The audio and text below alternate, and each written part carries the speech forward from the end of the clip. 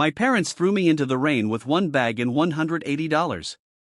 That same night, I found my grandfather's hidden card. The next morning, a bank manager's hands froze at his keyboard. The account balance? $1.2 billion. And my grandfather had been waiting for me for 53 years. The last dinner. The night my parents kicked me out, it was raining.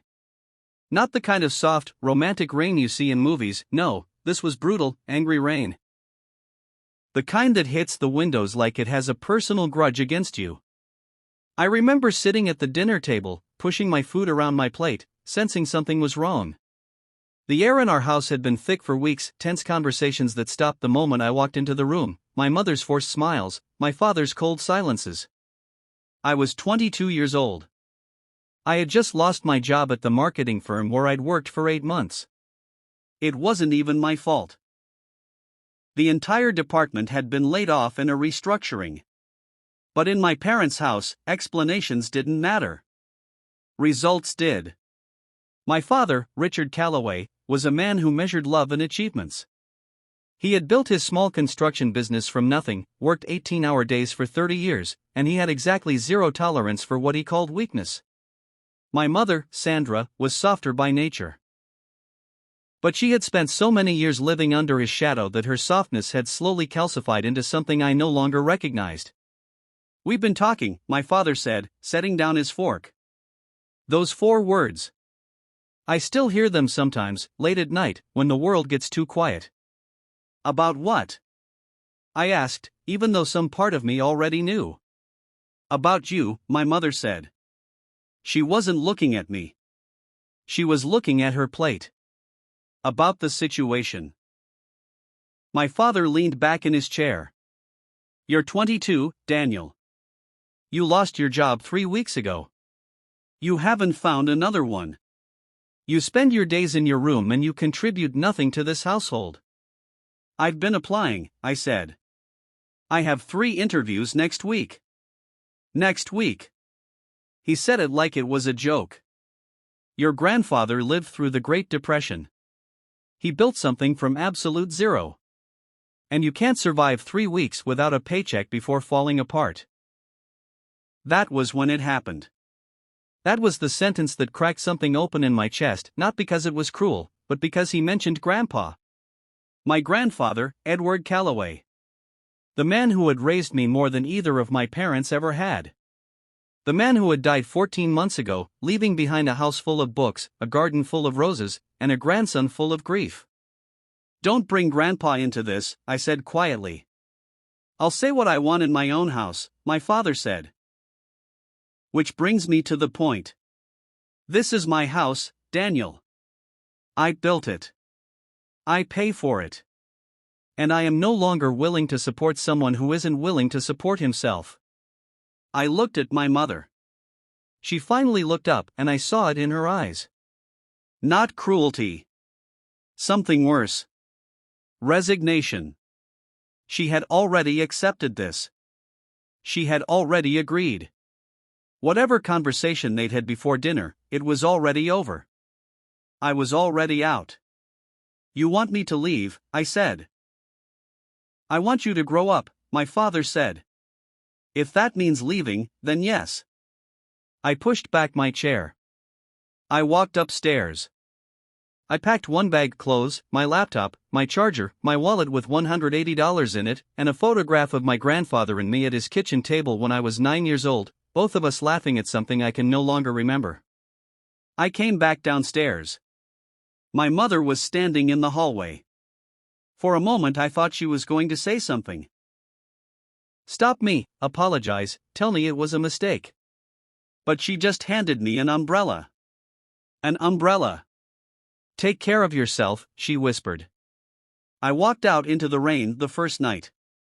I sat in my car for 45 minutes outside my parents' house, not because I had nowhere to go, but because my brain refused to process what had just happened. The rain hammered the roof. The street was empty. Every window in the house was lit warm, golden light. And I was sitting in the dark, on the outside of my own life. I drove to a motel on the edge of town. $38 a night. I did the math in my head. With $180, I had roughly 4 nights before I was completely out of money. I had 3 job interviews next week, but interviews weren't paychecks. And even if one of them said yes immediately, I wouldn't see a paycheck for at least 2 to 3 weeks. I lay on the stiff motel mattress and stared at the ceiling and tried to think clearly. My friends, most of them were in the same position as me. Recent grads, shared apartments, barely making their own rent. I couldn't ask them to absorb another person. My aunt lived in Phoenix, but she and my father hadn't spoken in years, and calling her felt like a declaration of war in a family conflict I didn't fully understand. There was no one. Except. There was one place. My grandfather's house. Grandpa's house. Edward Calloway had died 14 months ago at the age of 81. He had lived alone in the same house for 53 years, a modest 2-story on Elm Creek Road, surrounded by the rose garden he had tended every single summer for as long as anyone could remember. He had left the house to my father in his will, but my father, in typical fashion, had done nothing with it. He hadn't sold it, hadn't rented it, hadn't cleaned it out. As far as I knew, it was just sitting there locked up, untouched, full of my grandfather's things. My father had given me the spare key 2 years ago when Grandpa was still alive, and I used to go over and help with the garden. I still had it on my keychain. I drove there through the rain. The house was dark and cold, but it was dry, and it was familiar, and the moment I stepped through the front door and smelled that specific combination of old books and cedar wood and something faintly floral that had always clung to my grandfather's home, I felt something loosen in my chest. I found candles in the kitchen drawer. The electricity had been shut off, but the water still ran. I lit candles, made myself a cup of instant coffee on the old gas stove, and sat down at the kitchen table, the same table where Grandpa and I had sat in that photograph in my bag. I missed him so much it felt like a physical weight. I started going through things slowly, not to take anything, but just to feel close to him. His books. His reading glasses, still folded on the side table. His old coat hanging by the door. And then, in the second drawer of his study desk. Beneath a stack of old letters and a broken pocket watch, I found a plain white envelope. My name was on it. Written in my grandfather's handwriting. Daniel. My hands were shaking as I opened it. Inside was a letter, 2 pages long, written in his careful, deliberate script. And at the bottom of the envelope, wrapped in a small piece of cloth, was a bank card. Old. The edges worn smooth. The numbers on the front almost faded. I read the letter first. Daniel. If you're reading this, then life has gotten hard enough that you came back to my house. I always knew you would. You were always the one who came back. Your father never understood that coming back isn't weakness, it's wisdom. There are things about our family that you don't know yet. Things I kept quiet because the time wasn't right. But if you're reading this, the time is right now. Take the card. Go to Meridian Bank on 5th Avenue. Ask for the manager personally. Tell them Edward Calloway sent you. They will know what to do. I read the letter 3 times. Then I picked up the card and looked at it in the candlelight. It looked like nothing. An old, worn bank card that could have belonged to anyone. There was no account number visible anymore, too faded. No expiration date I could read clearly. Just my grandfather's name, barely legible, pressed into the plastic. I had no idea what was in that account. I had no idea that by this time tomorrow, my life would be completely, permanently, irrevocably changed. I had no idea that a bank manager, a man who had seen everything in 30 years of banking, would go pale when he pulled up that account number. I had no idea about the $1.2 billion. But morning was coming. And I had a card, a letter, and nothing left to lose. Morning. I didn't sleep that night. Not really. I drifted in and out of something that felt less like sleep and more like controlled panic, lying on my grandfather's old couch, wrapped in a dusty blanket I'd found in the hall closet, staring at the ceiling while the rain slowly died outside and the world crept toward dawn. The card was on the coffee table in front of me. I kept looking at it. It looked so ordinary. So completely, almost insultingly ordinary. A worn rectangle of faded plastic, edges smooth from years of handling, my grandfather's name barely readable in the dim morning light filtering through the curtains. It looked like something you'd find at the bottom of a junk drawer and throw away without thinking twice. And yet, Grandpa had hidden it. He had wrapped it carefully. He had written me a 2-page letter, a man who chose his words more carefully than anyone I had ever known. Telling me specifically to take it to Meridian Bank on 5th Avenue and ask for the manager personally. Edward Calloway didn't do anything without a reason. I showered with cold water, changed into the cleanest clothes I had in my bag, and ate the last granola bar I'd packed. I looked at myself in the bathroom mirror, unshaven, tired, wearing a wrinkled shirt and carrying the weight of the last 12 hours on my face, and I thought about what my grandfather had written. Coming back isn't weakness. It's wisdom. I picked up the card. I put it in my wallet. I walked out the front door into the pale, washed-out light of a morning after heavy rain, got in my car, and drove to Meridian Bank on 5th Avenue. The bank. Meridian Bank was not a small neighborhood bank. I had driven past it dozens of times over the years but had never actually been inside. It was a serious building. Tall, granite-faced, with revolving glass doors and the kind of quiet, heavy architecture that communicates one thing very clearly: serious money moves through here. The lobby was exactly what the outside promised.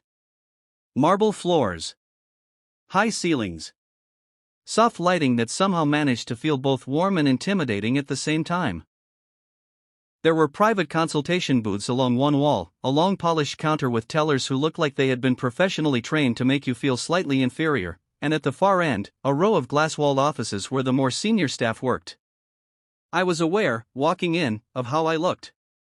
Wrinkled shirt. No appointment. A worn old card in my wallet and a letter in my jacket pocket. A young woman at the front desk looked up as I approached. Her smile was professional and precise. "Good morning. How can I help you today?" "I need to speak with the branch manager," I said. "Personally." Her smile didn't change, but something behind her eyes shifted slightly, a micro-adjustment, the kind that says we get walk-ins asking for the manager all the time and it's almost never for a good reason. "Do you have an appointment?" "No," I said. "But I have a card. And I was told to come here and ask for the manager directly." I paused, then added the words from Grandpa's letter. "Tell them Edward Calloway sent me." For a moment, nothing happened. Then something changed in her expression. It was subtle, barely visible, but it was there. A flicker of something I couldn't quite read. Recognition? Uncertainty? She held my gaze for just a second longer than she needed to. "One moment," she said. She picked up her phone and turned slightly away from me. I couldn't hear what she said, but the call was short. When she turned back, her posture had shifted, almost imperceptibly straighter, more careful. "Mr. Calloway will see you shortly," she said. "Please have a seat." I noticed she said Mr. Calloway. My grandfather's name. As if I had somehow inherited it simply by speaking it. I sat down in one of the leather chairs near the window and waited. The manager. His name was Gerald Marsh. He came out of the corner office at the far end of the lobby. A man in his late 50s, silver-haired, wearing a dark suit that had probably cost more than 3 months of my old salary. He walked with the unhurried confidence of someone who had spent decades being the most important person in every room he entered. But as he crossed the lobby toward me, I noticed something. He was looking at me very carefully. Not the way someone looks at a stranger. The way someone looks at a person they've been expecting, or a situation they've been prepared for. "Daniel Calloway," he said, extending his hand. "Yes," I said, standing and shaking it. "How did you?" "Your grandfather described you," he said simply. "Please, come with me." I followed him into his office. He closed the glass door behind us, gestured for me to sit across from his desk, and then sat down himself. For a moment he just looked at me, studying me with an expression I couldn't fully decode. Not unfriendly. But serious. Deeply serious. "You have the card," he said. It wasn't a question. I took it out of my wallet and placed it on the desk between us. Gerald Marsh looked at it. He didn't touch it immediately. He just looked at it the way someone looks at an object that carries enormous weight, enormous history. Then he picked it up carefully, turned to his computer, and began typing. The office was very quiet. I could hear the muffled sounds of the lobby outside the glass. The soft chime of a teller's counter, a distant phone ringing, the ordinary sounds of an ordinary bank morning. Inside the office, it felt like the air had changed. Like the oxygen had gotten slightly thicker. Gerald Marsh was reading something on his screen. His face was composed, professionally, carefully composed, but I watched his eyes. And I saw it happen. A stillness. The kind of stillness that comes not from calm but from the sudden, overwhelming need to remain calm. His right hand stopped moving on his keyboard. He read whatever was on that screen for a long moment. Then he sat back in his chair. He looked at me. "Mr. Calloway," he said. His voice was steady, but there was something underneath it, a controlled quality, like a man consciously managing his own reaction. "How much did your grandfather tell you about this account?" "Nothing," I said honestly. "He left me a letter. He told me to come here. That's all." Gerald Marsh nodded slowly. He turned his screen toward me. I leaned forward and looked at the number on the monitor. The world went very, very quiet. The number. $1,200,000,000. $1.2 billion. I stared at it. My brain did that thing where it simply refuses to process information that falls too far outside its existing framework. I read the number. I understood each individual digit. I could not, for the life of me, make it feel real. I started. $1.2 billion, Gerald Marsh said quietly. Accumulated over approximately 53 years. Your grandfather opened this account in 1971. It has never been touched. Not once. Not a single withdrawal in over 5 decades. I sat back in my chair. "That's not possible," I said. "My grandfather, he lived in a small house.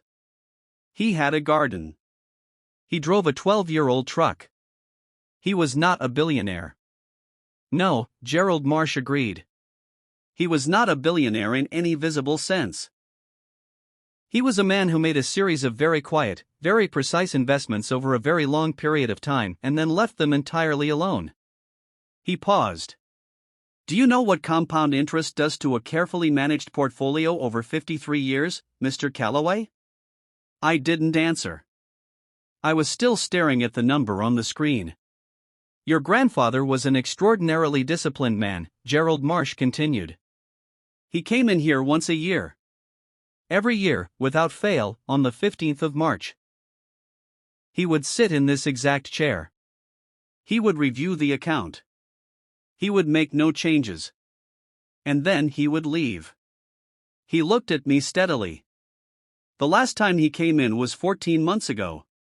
He told me that the next person to sit in that chair would be his grandson. He gave me a description. He gave me your name." A pause. "He said you would come when you needed to." My throat felt tight. He knew. He always knew. "There are conditions," Gerald Marsh said, folding his hands on the desk. "Your grandfather left very specific instructions about this account and how it was to be transferred. I need you to understand them clearly before we proceed." "What conditions?" I asked. 3, he said. "First, your father cannot know about this account." "Not yet. Your grandfather was very explicit about this. There is a reason, and it will become clear to you in time, but the initial transfer must happen quietly." He held my gaze. "Second, you cannot access more than $5 million in the first 90 days. This was designed to give you time to adjust, to make careful decisions, and to avoid the kind of chaos that sudden extreme wealth creates in people who aren't prepared for it. He paused. Third, there is a letter. A second letter, sealed, which your grandfather left in our possession. You are to read it only after the account has been formally transferred to your name. Not before. I nodded slowly, processing each condition. What happens now? I asked. Now, Gerald Marsh said, we begin the transfer process. It will take 48 hours to complete fully. During that time, I will need your identification, your signature on several documents, and your patience. He looked at me with an expression that was almost warm. Your grandfather trusted this bank with something extraordinary for over 50 years, Mr. Calloway. I can tell you, in 30 years of banking, I have never seen anything like it. He paused. He trusted us. And he clearly trusted you. I thought about the photograph in my bag. The kitchen table. The laughter I could no longer remember the source of. I thought about the umbrella my mother had handed me in the hallway. I thought about my father's voice saying your grandfather lived through the Great Depression. Using him as a weapon, not knowing, not even suspecting, what his own father had quietly built and protected and saved for the grandson he believed in. My eyes were burning. I didn't cry. But it was close. Mr. Marsh, I said, keeping my voice steady. Can I ask you something? Of course. Did my grandfather ever say anything about me? Specifically? Gerald Marsh was quiet for a moment. Then, for the first time, the professional composure softened just slightly. Just enough. He said, the manager replied carefully, that you were the only one in the family who understood that the most valuable things in life are never the loudest ones. He paused. He said you would know what to do with this. Not immediately. But eventually. The room was silent. Outside the glass, the bank hummed along, ordinary, unhurried, unaware. Inside, my entire life was quietly, irrevocably turning a corner. I picked up the pen Gerald Marsh slid across the desk. I began to sign. 48 hours. The next 2 days were the strangest of my life. I went back to my grandfather's house. I didn't go to a hotel, didn't go to a restaurant, didn't do anything that felt celebratory or dramatic, because nothing felt real yet. The number on that screen was still just a number. It existed somewhere in a computer system inside a granite building on Fifth Avenue, and it had my name attached to it now, but it hadn't landed yet. Not in my body. Not in my chest. I sat in my grandfather's house and I waited. I cooked simple food on the gas stove. I read his books. I walked through his rose garden in the early morning, the soil still wet from the rain, and I touched the branches he had touched 1,000 times, and I talked to him out loud, quietly, feeling slightly foolish and not caring at all. You could have warned me, I told him, standing between 2 rose bushes he had planted 30 years ago.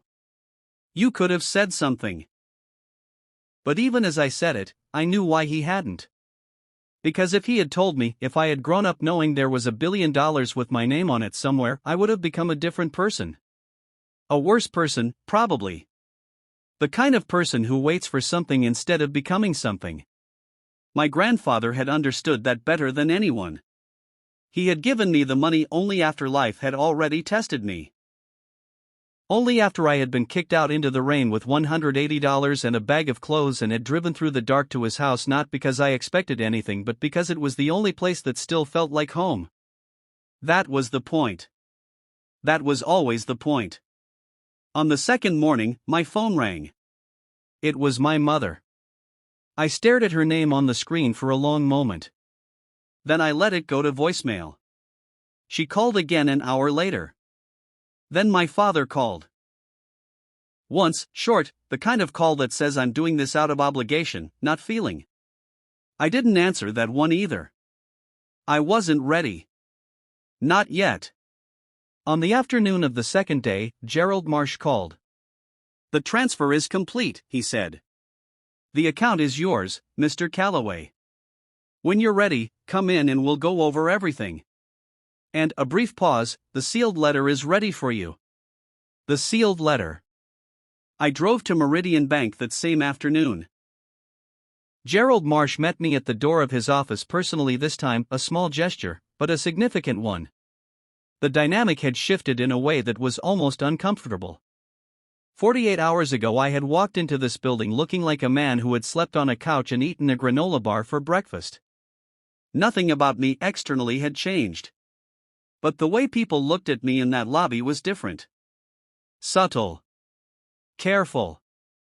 Money doesn't change who you are. But it changes how the world orients itself around you. I felt that for the first time that afternoon, and it made me understand why my grandfather had kept the secret so carefully for so long. We sat in his office. Gerald Marsh placed a sealed envelope on the desk between us, thicker than the first letter, cream-colored, with my name written on the front in my grandfather's handwriting. "I'll give you privacy," Gerald said. He stood, walked out of the office, and closed the glass door behind him. I was alone. I picked up the envelope. I held it for a moment, feeling the weight of it, the strange gravity of a dead man's final words sitting in my hands. Then I opened it carefully, unfolded the pages inside, and began to read. What Grandpa wrote. Daniel. If you're reading this, then Gerald has done his job, the account is yours, and you're sitting in that office probably feeling like the world has tilted sideways. That's normal. Let it tilt. Find your footing slowly. I want to tell you the truth now. The full truth. You've earned it. The money did not come from investments alone, though the investments were real and they were significant. The foundation of what you now have came from something that happened before your father was born. Something I have never told anyone in this family. Not your grandmother, God rest her. Not your father. No one. In 1968, I was 27 years old and working as a junior engineer at a small materials company in Ohio called Hartwell Industrial. We were nobody. A 40-person operation making specialized components for larger manufacturers. I had been there 3 years and I believed in what we were building. That year, the senior partners decided to sell the company. They had an offer from a larger corporation and they wanted out. What they did not know, what almost no one knew, was that Hartwell held 2 patents that were about to become extraordinarily valuable. Patents related to a specific type of heat-resistant material that the aerospace industry was beginning to need desperately. I knew. Because I had read everything. Because I paid attention when other people weren't paying attention. That was always my only real talent, Daniel. Not brilliance, not luck. Just attention. Just the discipline to watch carefully when everyone else was looking somewhere else. I went to the partners and I made them an offer. I bought a 15% stake in the company using every dollar I had saved, $4,200. Everything. I was 27 years old and I gave away everything I had. 3 years later, Hartwell's patents were licensed to 4 major aerospace manufacturers. The company's value multiplied 40 times. I sold my stake in 1973 and walked away with enough money to begin building carefully, quietly, without telling anyone, without changing my life visibly, for the next 50 years. I drove the same truck for 12 years because I wanted to. I grew roses because they made me happy. I lived in that house because it was home. The money was never for living differently, Daniel. It was for giving you the ability to choose. Your father, my son, is not a bad man. I want you to understand this clearly. He is a man who was never given the ability to choose. He grew up with nothing, fought for everything, and somewhere in that fight, he forgot that love is not supposed to be a reward for performance. He forgot because no one ever showed him differently. That is my failure, not his. I was so focused on building quietly that I forgot to teach him loudly.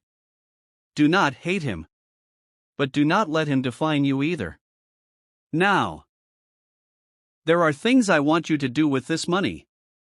Not instructions. Not conditions. Requests, from a grandfather to the grandson he loved more than he ever said out loud clearly enough. Build something real. Not for the money. For the meaning. Take care of your mother. She is softer than she appears. She has been apologizing to you in small ways for years, you may not have noticed. Notice now. And your father, give him time. When he finds out, and he will find out eventually, he will react badly first. That is who he is. But underneath that, Daniel, underneath all of that rigid pride and all of that cold distance, he is a man who is terrified of having failed the people he loves. That fear makes him cruel sometimes. It does not make him irredeemable. The last thing. I was not a great man in the loud sense. I never wanted to be. I was a man who paid attention, kept my word, loved his roses, and saved something for the right person. You are the right person. Now go do something worth doing. I love you, Daniel. I should have said it more often. Consider this my attempt to make up for lost time. Grandpa. After the letter. I sat in Gerald Marsh's office for a long time after I finished reading. I'm not going to describe exactly what happened in those minutes because some things belong only to the person they happen to. But when Gerald Marsh knocked softly on the glass door and I looked up and nodded, my face was dry and my hands were steady and something inside me had shifted into a place that felt, for the first time in a very long time, solid. Unmovable. Gerald came back in, sat down, and looked at me with the careful respect of a man who understood he was in the presence of something he wasn't entirely part of. Are you all right? He asked. Yes, I said. And I meant it completely. We spent the next hour going over the details. The account structure. The investment portfolio. The legal framework my grandfather had set up decades ago with a quiet, brilliant attorney who had since retired but whose firm still managed the estate documentation. There were properties, 2 of them, both modest, both paid off entirely, that were also now mine. There was a charitable trust my grandfather had established 15 years ago, already funded, waiting for direction. It was an entire world he had built in silence. And he had left it all to me. The phone call. That evening, sitting in my grandfather's kitchen with the candles lit and a cup of coffee in front of me, I called my mother. She answered on the first ring. Daniel. Her voice was tight with relief and something underneath it, guilt, I thought. Real guilt. Hi, Mom. A pause. Where are you? Your father and we've been worried. I'm at Grandpa's house, I said. Silence. I've been thinking, I said carefully. I want you to know that I'm okay. I'm more than okay, actually. And I'm not calling to fight. I'm not calling to make anyone feel bad. I paused. I'm calling because Grandpa asked me to take care of you. And I intend to. My mother's voice, when it came, was barely above a whisper. What do you mean? I mean that I found something here, I said. Something Grandpa left for me. Something that changes things. I can't explain everything right now, but I want you to know that whatever happens next, whatever Dad thinks or feels about it, I'm not going anywhere. I'm not disappearing. I'm not punishing anyone. I let that sit for a moment. I just need a little time. And then I'll explain everything. She was quiet for a long moment. Then softly, broken slightly at the edges, she said, He always said you were the one who understood him. I know, I said. I'm starting to understand why. 3 months later. I won't tell you that everything was easy after that.